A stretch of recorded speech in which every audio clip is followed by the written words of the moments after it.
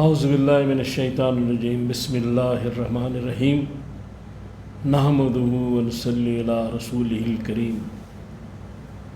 انتہائی قابل احترام سامعین اور مجھ سے اچھے لوگوں، السلام علیکم ورحمۃ اللہ وبرکاتہ۔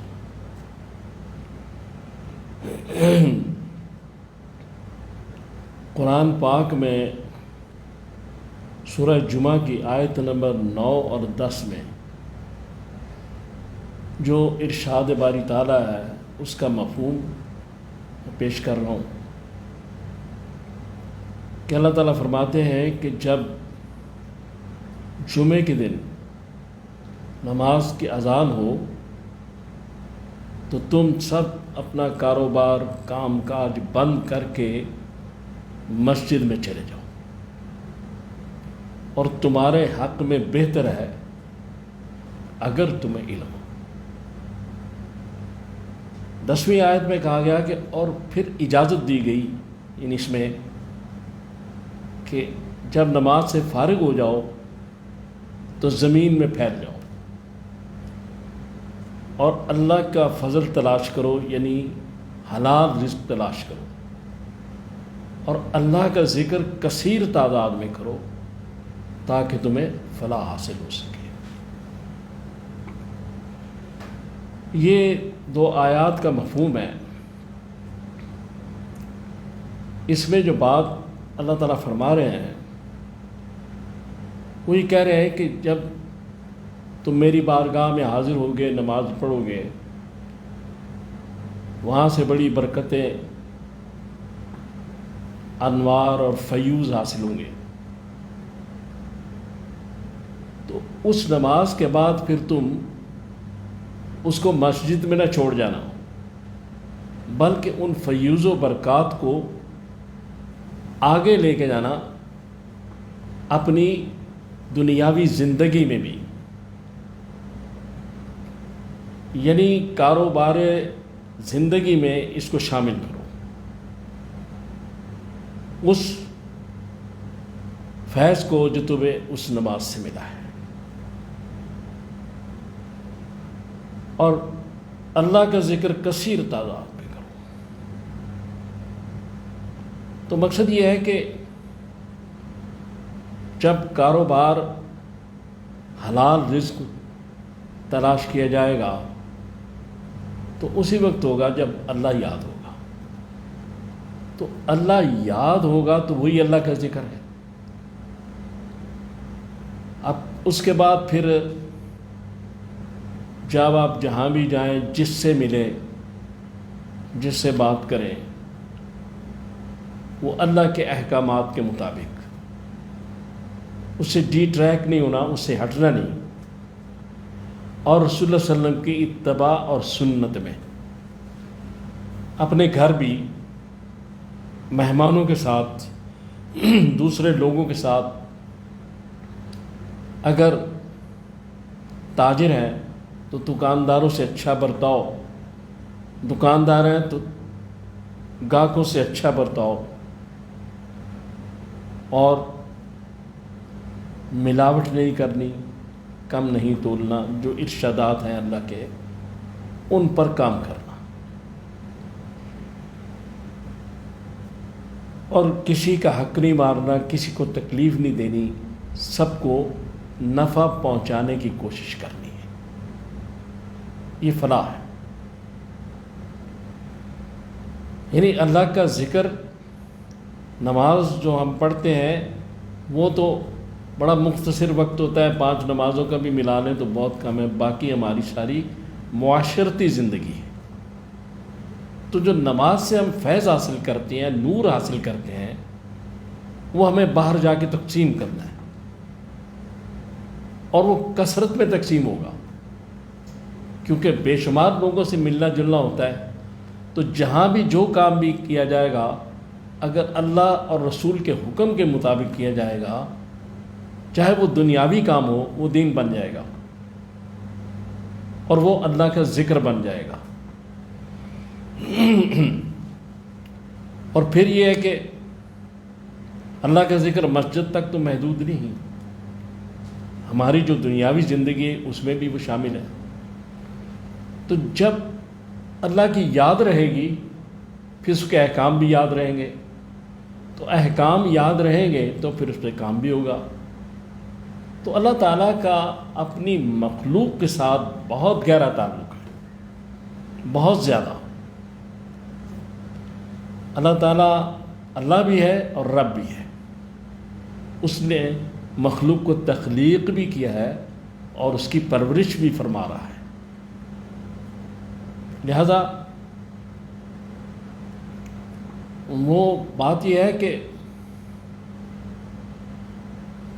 ایک حدیث پاک ہے، معروف الحدیث میں جلد نمبر 6 جو ہے اس میں اس کا نمبر 87 ہے، یہ مسلم کی۔ اب اس میں اللہ تعالیٰ فرماتے ہیں کہ نہیں مفہوم بیان کر رہا ہوں اس کا، کیا ابن آدم میں بیمار تھا تو نے میری عیادت نہیں کی۔ بڑی طویل حدیث ہے، میں مختصر اس کا مفہوم بیان کیا۔ میں بھوکا تھا تو نے کھانا نہیں کھلایا، میں پیاسا تھا مجھے پانی نہیں پلایا۔ تو وہ آدمی جواب میں یہی بار بار کہتا ہے کہ یا اللہ تو کیسے بیمار ہو سکتا ہے، تجھے کیسے بھوک لگتی ہے، تجھے کیسے پیاس لگتی ہے، تو اللہ ہے، پروردگار ہے۔ تو اللہ تعالیٰ کہتے ہیں نہیں، فلاں بندہ بیمار تھا اور تو نے اس کی عیادت نہیں کی، فلاں شخص جو ہے وہ بھوکا تھا تو نے اسے کھانا نہیں کھلایا، فلاں پیاسا تھا اسے پانی نہیں پلایا۔ کتنا گہرا تعلق ہے اللہ کا مخلوق سے۔ بٹھا کے عرش پہ رکھا ہے تو نے اے واعظ، وہ خدائی کیا جو بندوں سے احتراز کرے، علامہ کہہ گئے۔ تو وہ چیز یہ ہے کہ بندوں کے ساتھ ہے، اللہ تعالیٰ ہماری شہرت سے زیادہ قریب ہے، لیکن ہمیں اس کی قربت حاصل کرنی ہے۔ ہم اس سے بہت دور ہیں، وہ ہم سے بہت قریب ہے۔ تو اس کی قربت حاصل کرنے کے لیے اس کے احکام کو ماننا ہوگا، نیکی کی طرف جانا ہوگا، گناہ کو چھوڑنا ہوگا، شیطان کی پیروی سے باز آنا ہوگا، اللہ کی بندگی میں آنا ہوگا، رسول اللہ صلی اللہ علیہ وسلم کی اتباع اور سنت میں آنا ہوگا، پھر قربت الہی نصیب ہوگی۔ تو اس کے بعد یہ ہے کہ ایک اور حدیث پاک ہے، وہ بھی معروف الحدیث میں جلد نمبر 5 ہے اور حدیث نمبر 3 ہے، یہ بخاری کی ہے، پہلی مسلم کی تھی۔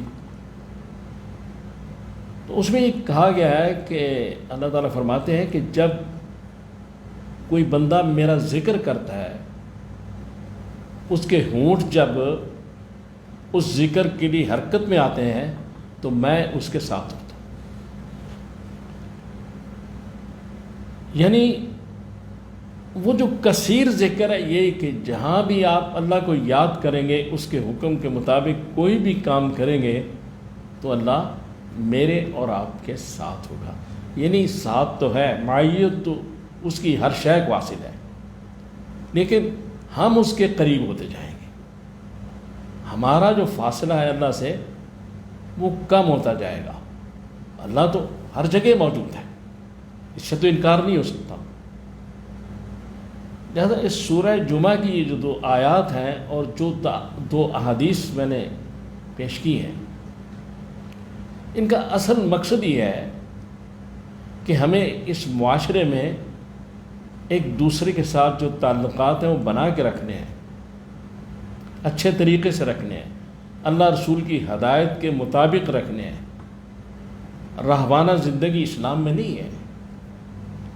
ہم معاشرے میں رہ کے اس کا ایک فرد ہیں اور اس معاشرے کا حصہ ہیں، اس سے الگ تھلگ ہو کے اللہ کو یاد کرنا جو ہے وہ رہبانیت ہے۔ دنیا میں رہ کے اس کو یاد کرنا اسلام ہے۔ تو اس لیے یہ چیزیں اللہ تعالیٰ نے فرمائی کہ میرا جو ذکر یہی ہے کہ تم میرے حکم پہ چلو، اور میرا جو حق ہے وہ نماز تم نے پڑھ لی۔ اب بندوں کے حقوق کو میرے حکم کے مطابق تم اگر ادا کرو گے تو میرا ذکر ہی ہوگا. یہ مخلوق سے پیار ہے، محبت ہے. تو آخر میں ایک گزارش کرنا چاہتا ہوں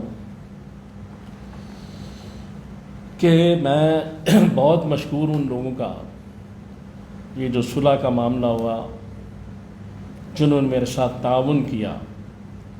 اس میں علماء بھی ہیں، جماعت اسلامی، منہاج القرآن،